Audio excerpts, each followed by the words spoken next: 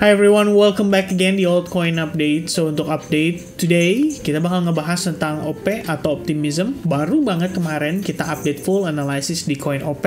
Nah, kenapa saya pengen update? Saya pengen sharing sama teman-teman tentang bisa dibilang cara pemanfaatan lah ya yang saya lakukan pada saat saya mentradingkan si coin OP ini.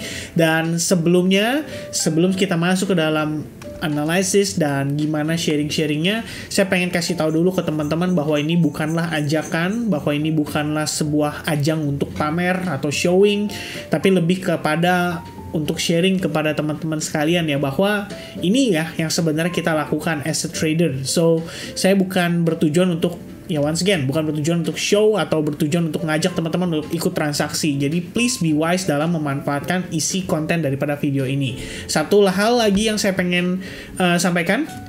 Di video yang di OP ini ada yang sempat komen ya, kemarin katanya dia ikut profit karena kemarin nonton video OP dan sempat beli koin OP.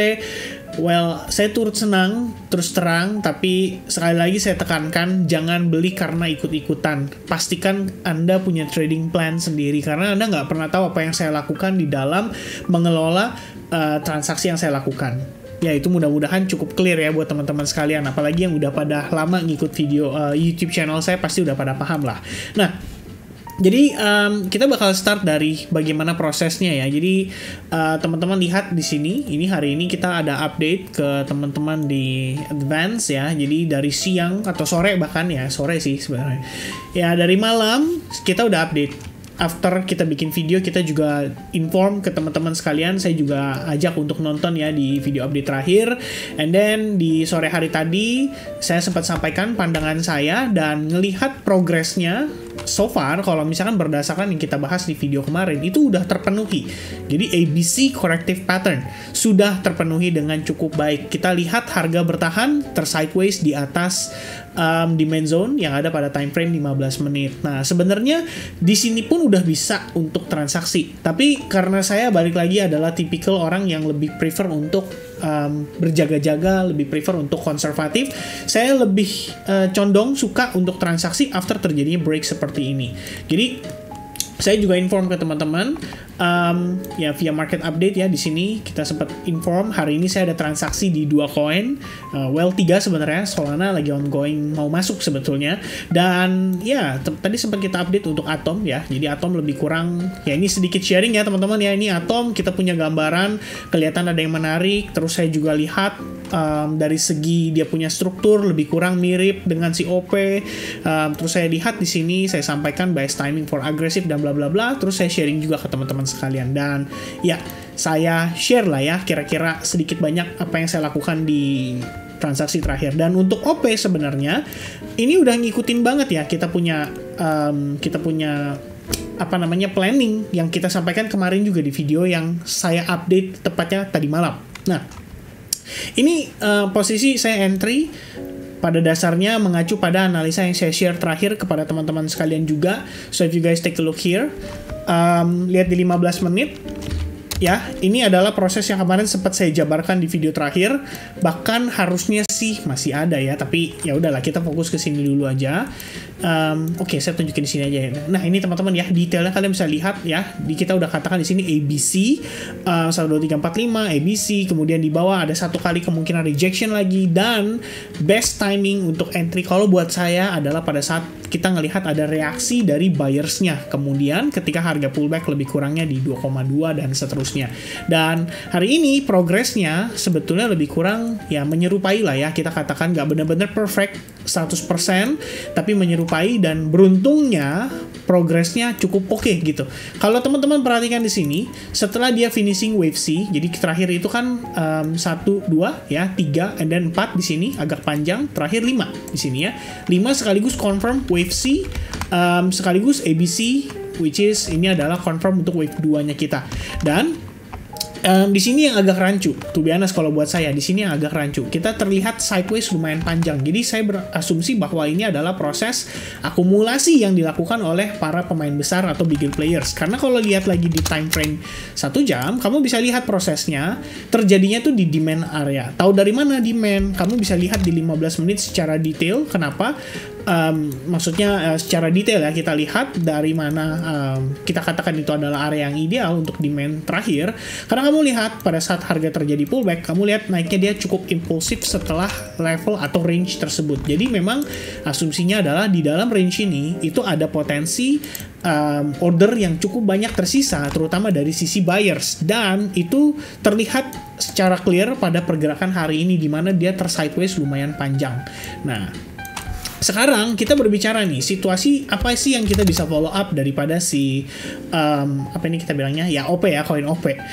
Sebetulnya kembali lagi ke analisa kemarin atau analisa sebelumnya yang saya coba untuk menangkap ya, kita bilang bukan menangkap sih, istilah kita coba untuk ngikut adalah flow di wave 3 ini. Jadi ekspektasi adalah dia bisa naik dan create higher high. Karena kalau teman-teman ingat di time frame daily kemarin kita udah bahas ya, kenapa OP ini adalah salah satu koin yang bisa terbilang cukup oke, dalam tanda kutip cukup bullish gitu. Karena secara tren cukup jelas ya. Teman-teman bisa balik lagi nonton di video kemarin untuk detailnya kalau pengen tahu lebih detail dalam kita menganalisanya. Nah sekarang karena saya sudah ada entry ya, once again ini bukanlah ajakan, bukanlah signal, bukan istilahnya bukan buat bikin teman-teman FOMO. Please do not entry kalau kalian udah lagi ngelihat video ini terus kalian belum entry, jangan entry kecuali kalian siap dengan resikonya. Karena by the time posisi saya satu kali resiko itu saya langsung maintain dengan stop loss di break even. Jadi saya jaga resikonya. Kalau misalnya saya salah, saya langsung exit karena berarti marketnya simply belum perform atau belum siap untuk perform. Oke? Nih, pertimbangan saya lebih kurang seperti ini. Pertama, saya lihat ini adalah wave 1, and then proses kemarin seperti yang saya sampaikan cukup clear bahwa penurunannya sangatlah korektif, so far so good.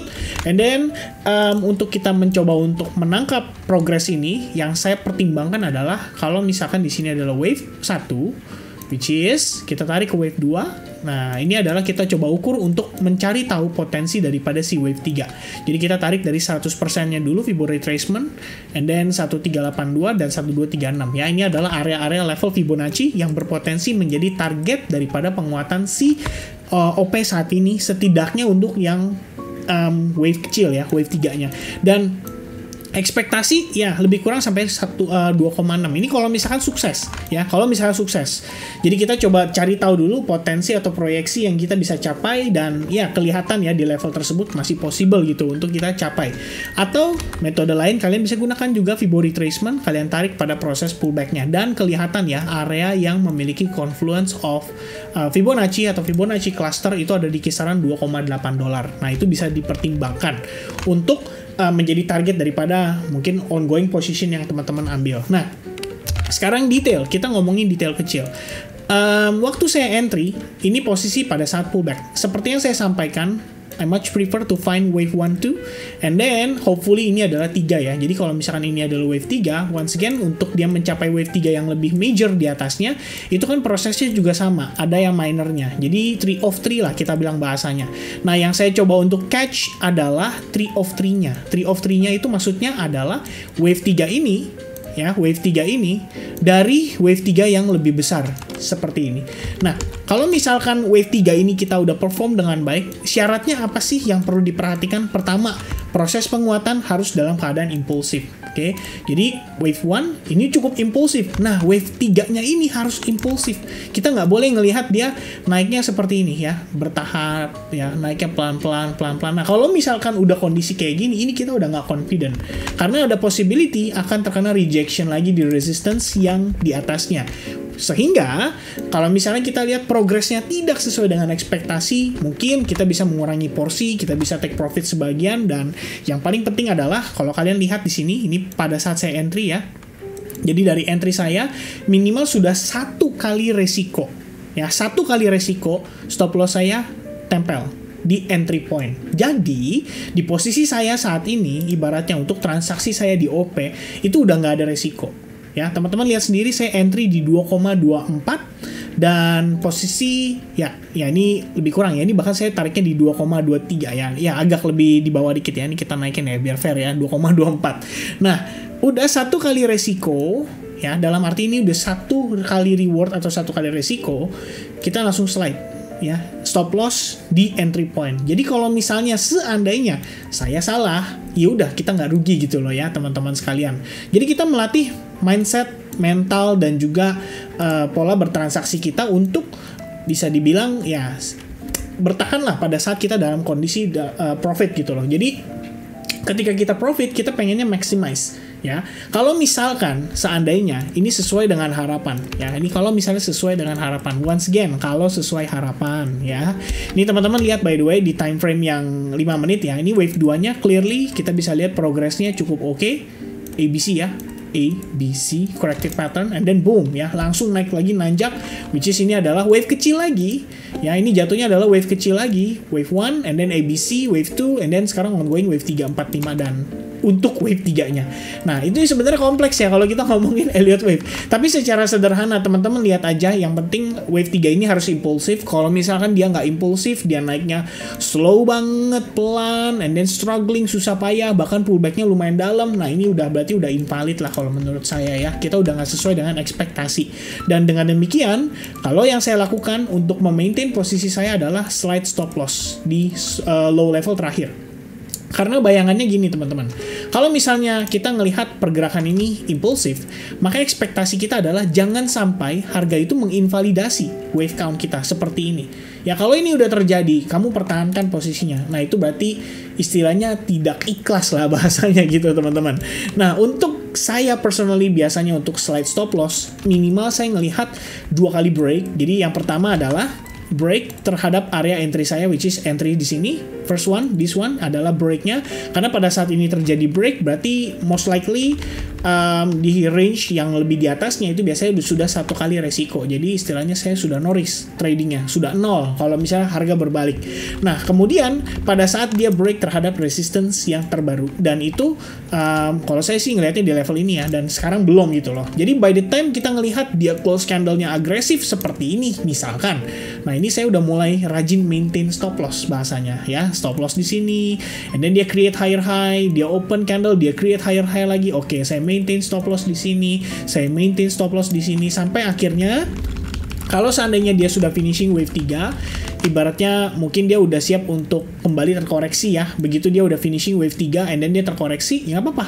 Kita bisa exit dulu istilahnya untuk mengamankan profit yang kita udah dapat. Baru kemudian mempertimbangkan untuk re-entry lagi, atau ya teman-teman mau maintain ya dengan lebih konservatif juga bisa. Ibaratnya penempatan stop lossnya nggak boleh agresif langsung gitu ya. Kita penempatan stop loss harus kasih jarak, dalam artian oke, dia create higher low, which is misalkan di sini ini adalah higher low terbarunya, maka ini adalah SL placement yang baru gitu.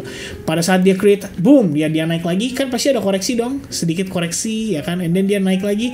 Nah ini adalah higher low terbaru, and then there you go, ini adalah penempatan stop loss yang baru. Ini kalau misalnya mau lebih konservatif. Tapi kalau mau lebih agresif, pokoknya di lowest price sebelumnya, di 15 minute atau di time frame 1 jam, saya bakal tempel terus stop lossnya. Ya, memastikan saya exit dengan profit maksimum atau maximize ya saya punya profit gitu. Tapi kalau misalkan untuk lurus, ngomongin untuk rugi atau lose, saya harus strict. Ya, saya harus strict dalam arti saya nggak mau kembaliin ya pada saat profit, bukan profit lah, kita bilang pada saat posisi sudah running well, saya nggak mau balikin profit saya ke market gitu loh. Saya nggak mau rugi, dan ya yang saya lakukan adalah maintain posisinya seperti itu. Sehingga dengan demikian kita bisa lebih safety. Ya kalau salah ya udah paling nol, nggak dapat apa-apa. Tapi kalau benar kita bisa maximize, dan itu cukup untuk kita 2-3 kali salah lagi ke depannya. Ya mudah-mudahan sih nggak salah ya. Nah kira-kira seperti itu teman-teman ya. Jadi untuk update daripada si optimism sendiri, saya ngelihat di sini ya ada possibility kita lagi ongoing untuk wave 1 yang subwave-nya, atau let's say I'm wrong, maybe ini adalah proses wave 1-nya, dan berarti kemungkinan masih ada kemungkinan kita balik dulu nih untuk nge-retest ya. Jadi kayak gini jatuhnya wave 1 and then wave 2 baru dia wave 3. Ya, berarti proses yang kita lihat tadi di 15 menit ada kemungkinan bahwa ini semua adalah wave 1-nya kita ya. Mungkin perhaps if I'm wrong ya, ini ABC corrective selesai, and then ya kita lihat di sini mana yang lebih impulsif, which one? Maybe this one ya. Let's say ini adalah wave 1 and then 2 and then 3 and then 4 and 5 and then ABC corrective wave 2. Yang penting nggak kena stop loss di break even, and then let them run again. Biarkan dia perform. Ya, itu setidaknya possibility yang saya lihat pada Elliott Wave saat ini itu, atau pada analisa Elliott Wave di Coin Optimism atau OP ya. More or less kayak gitu teman-teman sekalian. Karena kalau kita lihat juga di sini, kita masih punya resistance daripada wave B. Dan ini belum berhasil di break. Berarti, kalau misalnya ini dianggap sebagai penguatan yang impulsif, and then kita possible berarti ngelihat koreksi dulu untuk wave 2, sebelum kita akhirnya nanjak ke wave 3. Oke, nah itu kira-kira ya pertimbangan yang saya perhatikan, bagaimana saya maintain. Semoga kiranya teman-teman punya gambaran terkait dengan ya proses saya dalam melakukan analisis. Quick aja teman-teman ya untuk kali ini. Sebenarnya nggak quick banget sih, ini jatuhnya juga lumayan panjang ya, sekitar berapa menit? 15 menit. Alright. Nah oke, teman-teman. Jadi sekiranya itu ya untuk pembahasan saya seputar koin OP. Gimana saya maintain. Mudah-mudahan teman-teman dapat gambarannya, bisa lebih clear tentang bagaimana mindset saya dalam trading juga. Jadi ya itu sih sebenarnya part paling penting ya. Dan yang paling penting adalah pada saat saya melakukan transaksi di futures market, saya nggak transaksi dengan full risk atau full margin ya. Kita transaksi itu dengan resiko terukur, dan di awal saya sudah hitung kalau saya cuma mau rugi misalnya 0,5%, 0,75% atau 1%, ya udah itu adalah batas resiko yang saya siap untuk kehilangan kalau misalnya saya salah dalam menganalisa. Oke, jadi bukan yang tipikalnya margin full, leverage rata kanan, and then ya udah kalau liquid, kalau untung gitu ya. Nah itu agak penting untuk saya sampaikan, karena takutnya teman-teman balik lagi FOMO ya. Ini kalau misalnya harganya balik, oh ini terakhir kok Kevin beli di sini sih, gue beli nih. Padahal saya mungkin udah exit dalam keadaan break even, which is posisi saya sudah nggak running, tapi teman-teman baru masuk. Nah itu ya pentingnya punya trading plan sendiri before kalian decide untuk terjun. Oke, saya rasa itu teman-teman. Thank you so much for watching. Mudah-mudahan informasinya clear. Dan sampai ketemu lagi di update untuk Bitcoin. Dan cheers guys. Bye-bye.